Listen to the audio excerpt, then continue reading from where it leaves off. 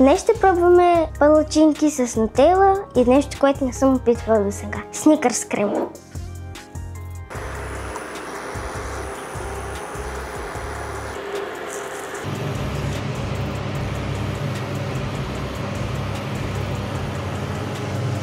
Почваме с дегустацията. Първо нутелата. Тази изглежда добре.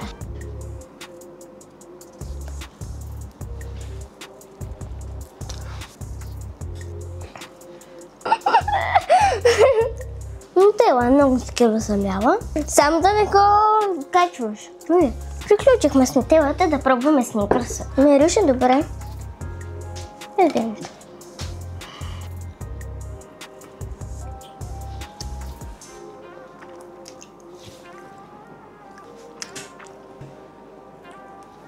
Май не ми хареса много сникърсът. Определено нутелата си заслужава повече.